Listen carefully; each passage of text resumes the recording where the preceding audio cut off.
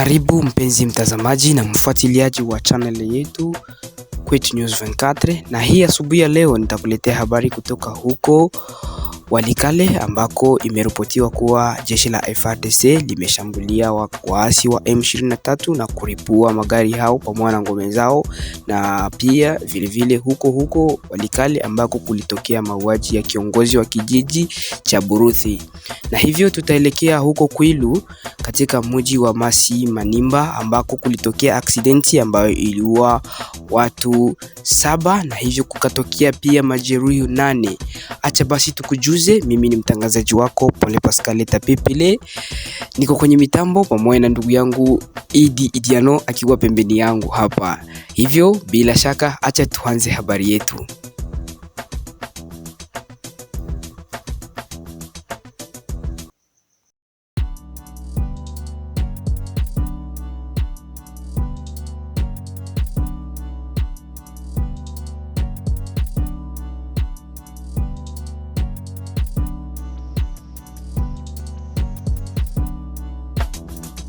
Habari hii inatoka katika eneo la Walikale mkoani Kivu Kaskazini, mashariki mwa Jamhuri ya Kidemokrasia ya Kongo, ambako jeshi la serikali FARDC limefanya mashambulizi ya anga dhidi ya nafasi za waasi wa muungano wa AFC M23 katika eneo la Kasupu. Kulingana na habari tulizopata na za usalama, mashambulizi hayo yalifanyika jana katika wakati wa asubuhi, yakilenga ngome za waasi waliokuwa wamejipanga katika eneo hilo. Mlio wa mashambulizi ilisikika katika vijiji vya jirani na kusababisha hofu kubwa na taharuki miongoni mwa wakaaji ndani ya mji wa Kasupu. Hadi sasa hakuna taarifa rasmi iliyotolewa kuhusu idadi ya vifo au majeruhi, huku jeshi likieleza kuwa operation hiyo ni sehemu ya juhuda za kuwasukuma waasi na kurejea udhibiti wa serikali katika eneo la Walikale. Raia wametakiwa kuwa waangalifu na kufanya maelekezo ya vyombo vya usalama wakati hali ya usalama ikiendelea kuwa tete.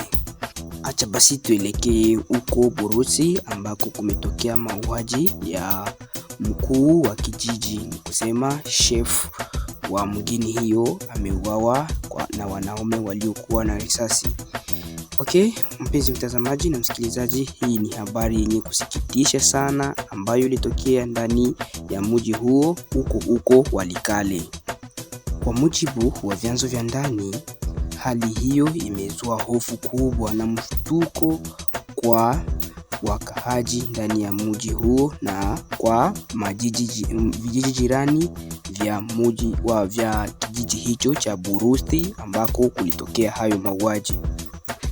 Kulingana na taarifa za awali, zinaeleza kuwa wanaume hao ambao walikuwa wanabeba silaha walifanya mashambulizi hayo kwa mazingira yenye haikuwa yanategemeka, na hawakujulikana walipotokea na hawakujulikana pia walikokuwa wakienda.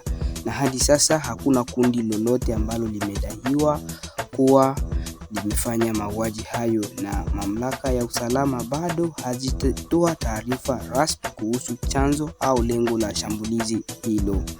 Vyanzo vya jamii vinaeleza kuwa marehemu alikuwa anajulikana kama kiongozi wa karibu na wananchi, na kifo chake kimeacha pengo kubwa katika uongozi wa kijiji cha Buruthi.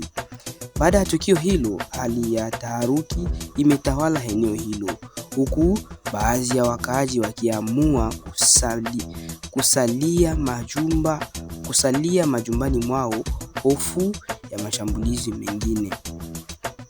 Shughuli za kawaida kama vile biashara, kilimo zimeathiriwa, hasa kutokana na hofu ya kuongezeka kwa vitendo vya uhalifu. Mamlaka za eneo la Walikale zinahimizwa kuchukua hatua za haraka ili kubaini waliohusika na tukio hilo, pamoja na kuimarisha usalama wa raia, hasa viongozi wa jamii ambao wamekuwa wakilengwa mara kwa mara katika maeneo yenye migogoro. Wananchi wanatakiwa kushirikiana na vyombo vya usalama kwa kutoa taarifa zozote zinazosaidia kubaini wahusika wa tukio hilo. huku wakihimizwa kuepuka kujichukulia sheria mikononi mwao. Mashirika ya kiraia katika eneo hilo yameendelea kulaani mauaji hayo na kuitaka serikali kuongeza ulinzi wa raia na viongozi wa kijamii ambao mara nyingi wamekuwa wameathiriwa na machafuko yanayoendelea mashariki mwa nchi hiyo. Hii ni miongoni mwa matukio kadhaa ya kiusalama inayoripotiwa katika wilaya ya Walikale, eneo ambalo limekuwa likikumbwa na uwepo wa makundi mbalimbali ya silaha, hali inayoendelea kuhatarisha maisha ya raia wasio na hatia. Acha basi tuende moja kwa moja huko Masi-Manimba mkoani Kwilu magharibi mwa Jamhuri ya Kidemokrasia ya Kongo, ambako kulitokea aksidenti kubwa ambayo imebainika kupata watu 7 ambao walikufa na watu 8 ambao walijeruhiwa vikali sana. Kwa taarifa zilizokusanywa, ajali hiyo ilihusisha gari la usafiri wa abiria, ingawa chanzo halisi cha ajali hiyo bado kinaendelea kuchunguzwa na vyombo husika. Majeruhi walikimbizwa katika vituo vya afya vilivyopo karibu na eneo la tukio kwa ajili ya matibabu ya dharura, huku baadhi yao wakiwa katika hali mbaya sana. Kuna mashahidi fulani ambao walikuwa eneo ya tukio hiyo ambao walisema kuwa ajali hiyo ilitokea ghafla kabisa, na hiyo ilisababisha watu kuwa na hofu, na baadhi ya wananchi walijitokeza kusaidia na kuokoa majeruhi kabla ya kuwasili kwa huduma ya dharura. Mamlaka za eneo la Masi-Manimba zinathibitisha tukio hilo na kueleza kuwa uchunguzi umeanzishwa ili kubaini chanzo cha ajali, ikiwa ni pamoja na hali ya barabara, mwendo wa gari au uzembe wa kibinadamu. Ajali hiyo imeibua upya mjadala kuhusu usalama wa barabarani katika maeneo ya ndani ya nchi, ambapo magari mengi ya usafiri wa umma yanatajwa kuwa katika hali duni ya kiufundi, huku miundombinu ya barabara ikiendelea kuwa vibaya. Wataalamu wa masuala ya usafiri wanahimiza madereva kuheshimu sheria za barabarani, kuepuka mwendo wa kasi na kuhakikisha magari yanakaguliwa mara kwa mara kabla ya kuagiza safari. Aidha, abiria wanahimizwa kutoa taarifa wanapoona uzembe wowote unaoweza kuhatarisha maisha yao. Serikali ya mkoa inawasilisha rambirambi zake kwa familia za marehemu na kuahidi kufuatilia kwa karibu hali ya majeruhi waliolazwa hospitalini. Vilevile imesisitiza dhamira yake kuimarisha usalama wa barabarani ili kuzuia ajali kama hizi kujirudia tena.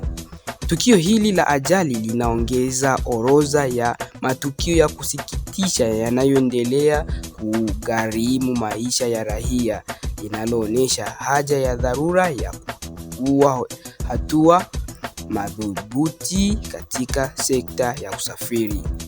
Tutazidi kukuletea habari kama na hizi endapo subscribe kwenye channel hii na kushare na kukomenti habari hii, na itakuwa vizuri sana. Mie ni mtangazaji wako Paulin Pascal Leta Pepele, na tunakukaribisha kwa mara nyingine.